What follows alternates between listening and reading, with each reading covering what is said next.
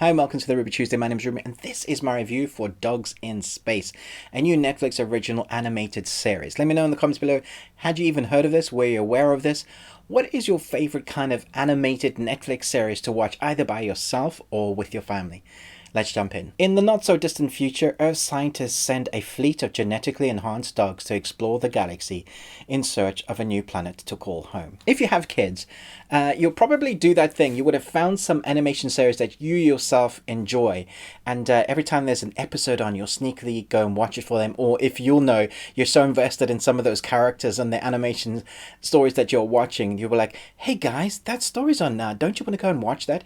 And so you plop your kids in front of the TV so that in order that you can find out what's happening, or you get upset with your kids because they've watched one ahead or two or three ahead of you, and you were like, damn it, I don't really have an excuse. Well, guys, this is probably going to be one of them. Netflix has this way of doing animated series that will appeal to young family members, and this is definitely one of them. Has the tongue-in-cheek jokes, the snooty, weird fart jokes, or the ones that might be slight crude. I think that's the one warning that they have in this series is crude humor. So it has that, so that youngsters will enjoy this. But then it definitely has the older, more mature information kind of jokes that adults will get. So Netflix has this way of bringing on IPs that will appeal to whole families. And then we have an interesting story because we've sent our dogs into space. We've genetically enhanced them.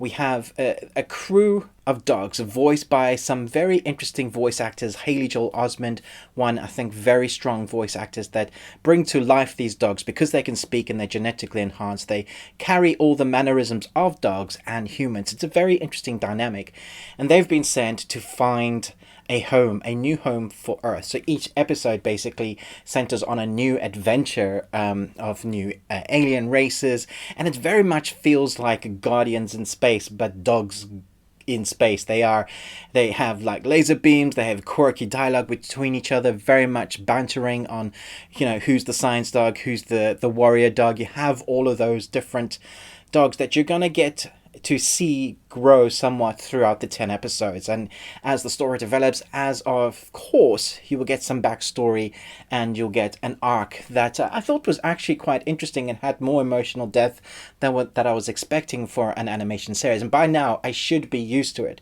There are so many, like the Dragon Prince has so much more emotional depth, and the voice actors managed to bring more of that alive. And it's a what am I talking about? It's a dog series. It's about dogs in space. It's definitely one that most adults will just put to the sides and go, "Blah, adults don't watch cartoons." I think we're in a new day and age now where animation appeals to a wide variety. You don't have to be a kid to sit down and watch anime or an animated series. If it appeals to you, you like the art style, it's something that you enjoy, some escapism, easy to watch. I think you'll find that once you put on a couple of these, the humor in this will make you snigger, and maybe while you're eating a bowl of popcorn, you have your little dog with you. You can scruffle their neck, because I'm a dog lover, so I have a dog, of course. And you and your dog can enjoy watching this series. The characters do come alive. It takes a couple of episodes to understand exactly what they're doing with it. But because it's so vibrant and fun, light-hearted until they start getting into the darker storyline, but never dark to give kids like something to have nightmares with. Just very much alive story. Every episode you see new creatures. Every episode the designs of them are really fun. There's quirky jokes that will probably go over the heads of the young ones, but not so much of the adults. And there's stuff that I feel like will appeal to a wide range age demographic, which is exactly what you want for a series like this. I thought it was really fun. I'm going to give this 3.5 Nicolas Cages out of 5. Definitely one to put on.